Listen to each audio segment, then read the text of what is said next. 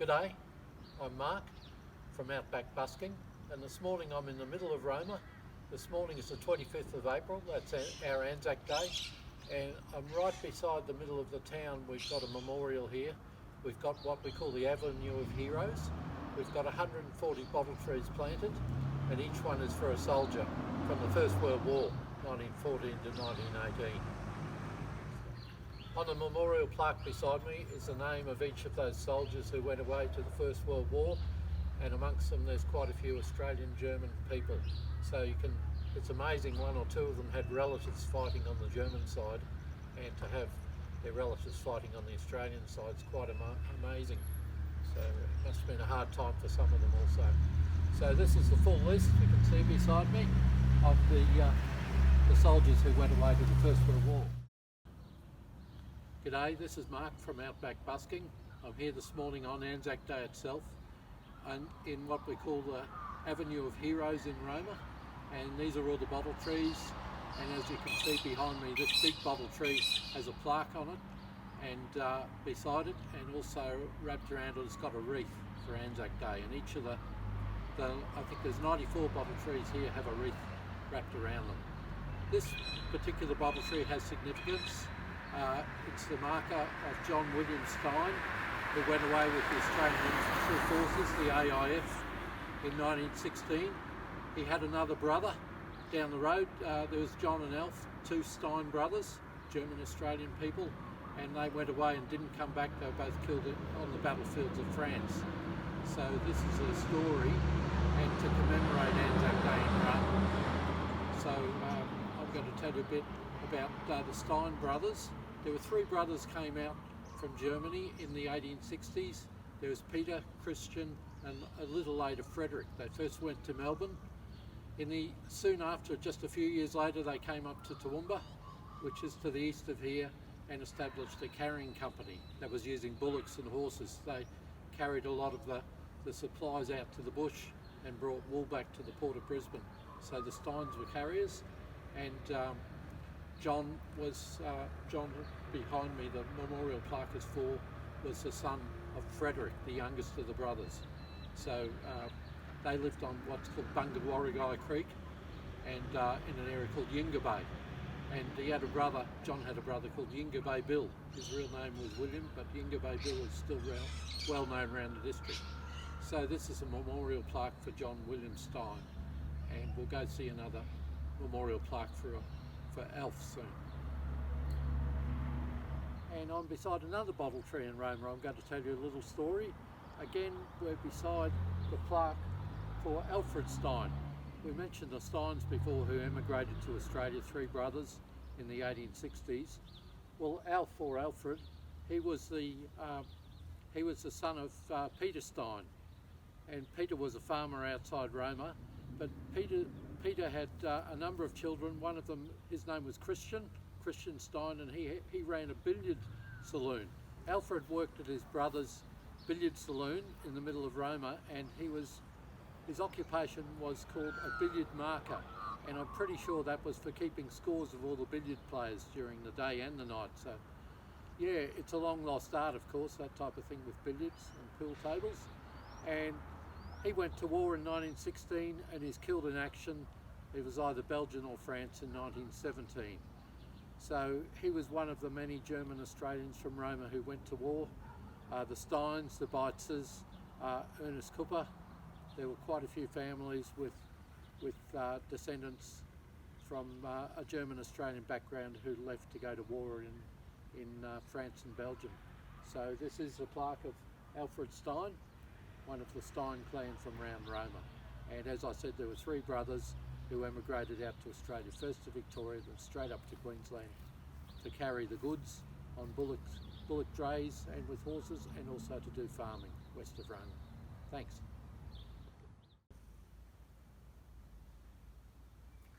G'day, this is Mark from Outback Busking.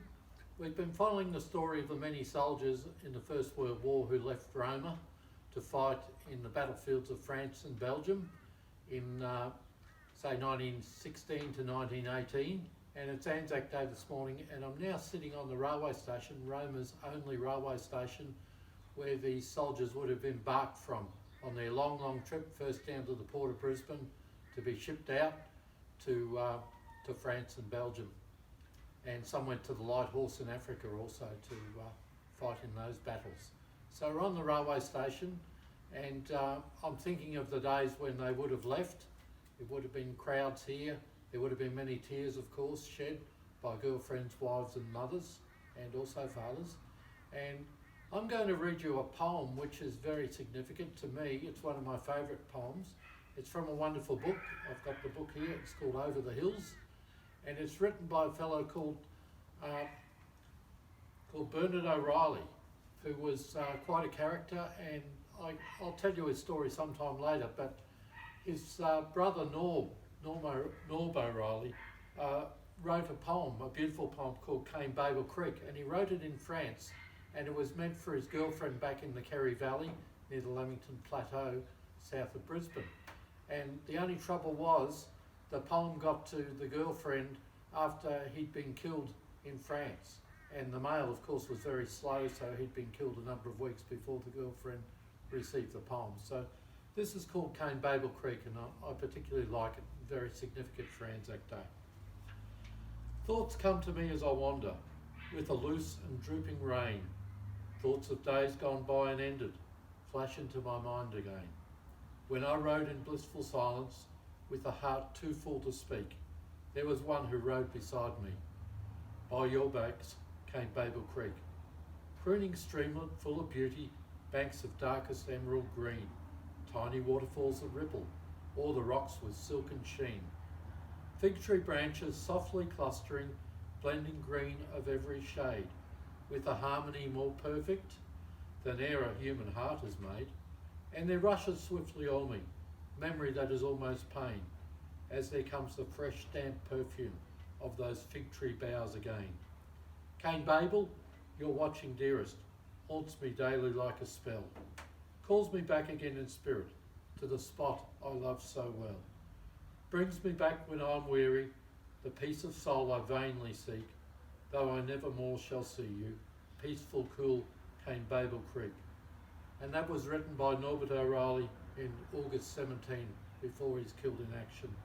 So it makes you think of the soldiers on the battlefields who must have thought of their home life, their favourite places, their favourite people, and Norb almost knew he'd never return. It's a lovely poem and one of my favourite ones. So there we go. And seeing it's Anzac Day, better take these off. Seeing it's Anzac Day, I thought I should play you a few Anzac tunes. The war tunes, of course, were very popular. People took accordions even over to Europe to play from Australia. And actually, even in the Second World War, on the battlefields of New Guinea, there's photos of soldiers with their accordions. So they took them along with them. Like humping the bluey or the swag, you could hump an accordion. So I'm going to play a medley of tunes, and you might know some of them. Some are old favourites, old wartime favourites. So here we go with Pack Up Your Troubles and Tipperary.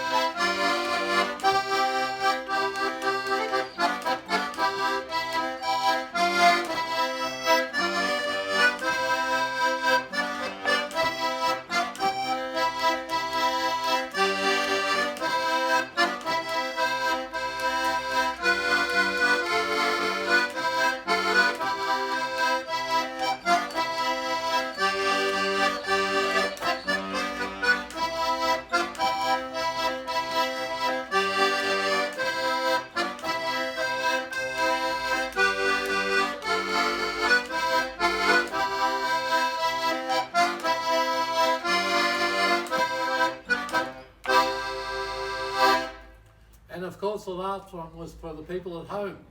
The soldiers left, and of course, as I said, their wives, girlfriends, all their family were left at home, and it was keep the home fires burning, to keep things going while they were away fighting. So, of course, we had World War I, World War II, and they were significant events for towns like Roma. A lot of the male workforce actually departed for the wars and spent years away. Ladies, sisters and mothers would run the farms, and the male workforce was severely depleted. And of course, many men were killed in action and never returned. So it changed the whole social fabric of towns like Roma in inland Queensland. Charleville was similar. Many people departed for the fronts in Europe. So it was a huge change in the way of life, in the Australian rural way of life. So I'll play another tune. It mightn't be a wartime one, but I'll play a lovely old waltz, just to remember those many people who departed from Roma Railway Station, some never to return. So.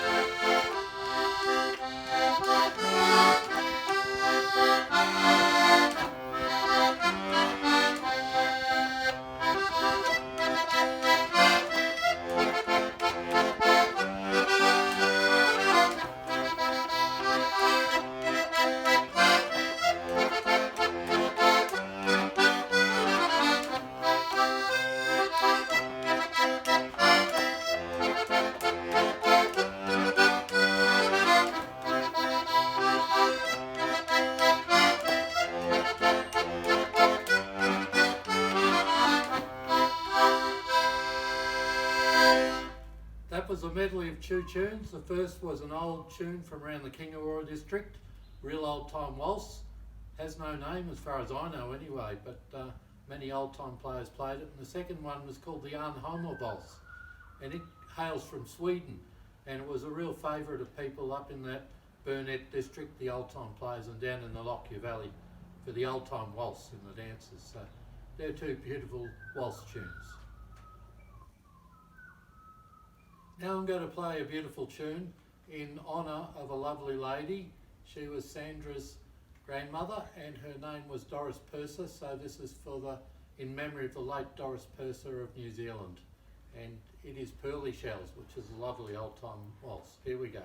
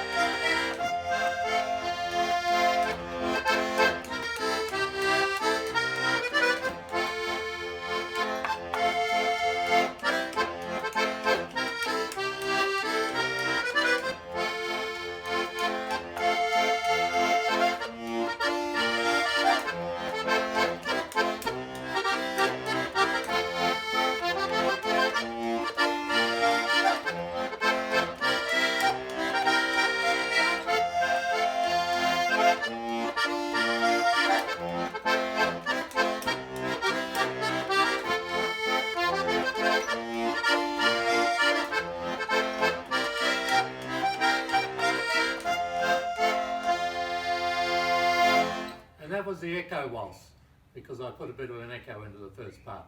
So I played a few tunes on the Roma Railway Station on a beautiful Anzac morning. I know before it was 20 degrees, Anzac Day in Roma, 25th of April. So I'll finish up on the station where everyone left to go to the war from. It was a long journey to Brisbane. Even today you can do it by rail. It takes over 12 hours. The train leaves at night for Brisbane. You get there midday the next day. People don't like rail travel anymore, but it is relaxing. You can move around in the train unlike in a bus. So it's the way to go, I reckon. Well, I grew up with trains. Please remember to click like and subscribe to my channel so I can keep my show on the road, bring you lots of music and lots of historical items and details from Western Queensland. And I'm sure I'll see you next time. This is Mark from Outback Busking. See ya.